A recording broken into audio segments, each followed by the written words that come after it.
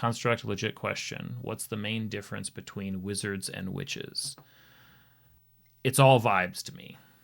It's all vibes. Flavor, largely, and sort of the manner of magic. I like what Leaf said about twisting magic rather than using magic. A wizard at a base level is an academic, right? They're a nerd. We can all relate. They're going to, when you're facing a higher level, like they're going to be introducing you to like mind expanding concepts, right? They're going to be doing things like stopping time. They're going to be changing gravity. They're going to be opening a door and it's the astral plane, calling in ethereal monsters. Like that feels like a wizard's mode of attack. Whereas like a witch is going to make you question probably your reality, certainly distrust the people around you. As a witch is going to hide in plain sight. I don't know that a wizard is going to feel as compelled to hide. A wizard is going to be a little bit more proud, whereas like a witch, typically they don't have to be, I think, but like certainly bound to they usually are like fey touched a little bit, like a little bit of nature influence. Yeah, I like the pop culture is actually, I think, a helpful way to go with vibes. Is the same way that I do for like talking about these classes and stuff. Even just use like the obvious, if you ever watched Hocus Pocus, right?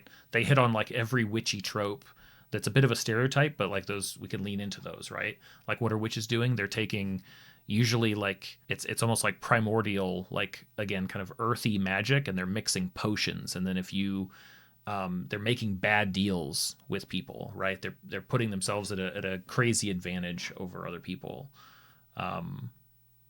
Whereas a wizard is going to be largely more aloof. I think about like, Gandalf or what's the one in Dumbledore, right? They almost, until you understand their motives, they almost feel detached from the people around them. It's like you look at them, you're like, you're a jerk, but for a different reason, right? They're both sort of,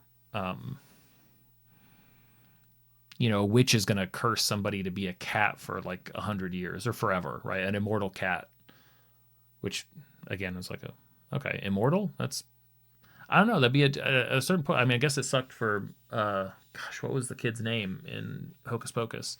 It stunk for him because he was a kid. But I can imagine being a certain age and being like, wait, immortality? I just got to be a cat now? Like, okay, in whose house? Because there's some houses where that would be a lot better than others, right? Not on the street, but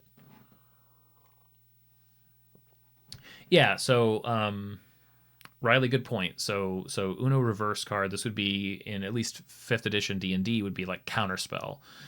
Wizards can counterspell, and technically I'm sure witches can too, but this is where that idea earlier of, which I've never played with this idea before, but like nullifying a spell. Like it's kind of like counterattack, except it almost like infects the spell for like a day, right? Like a, the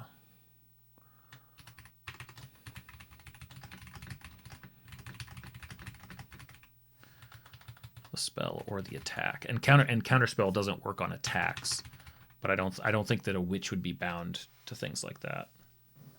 If you watched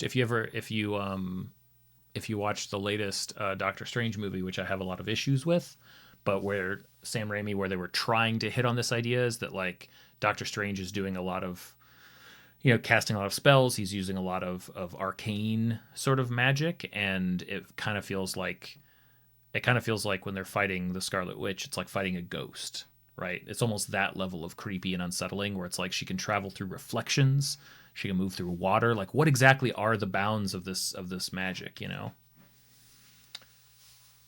Binks, thank you. Yes, the Sanderson sisters. You got all the names. I got the movie name.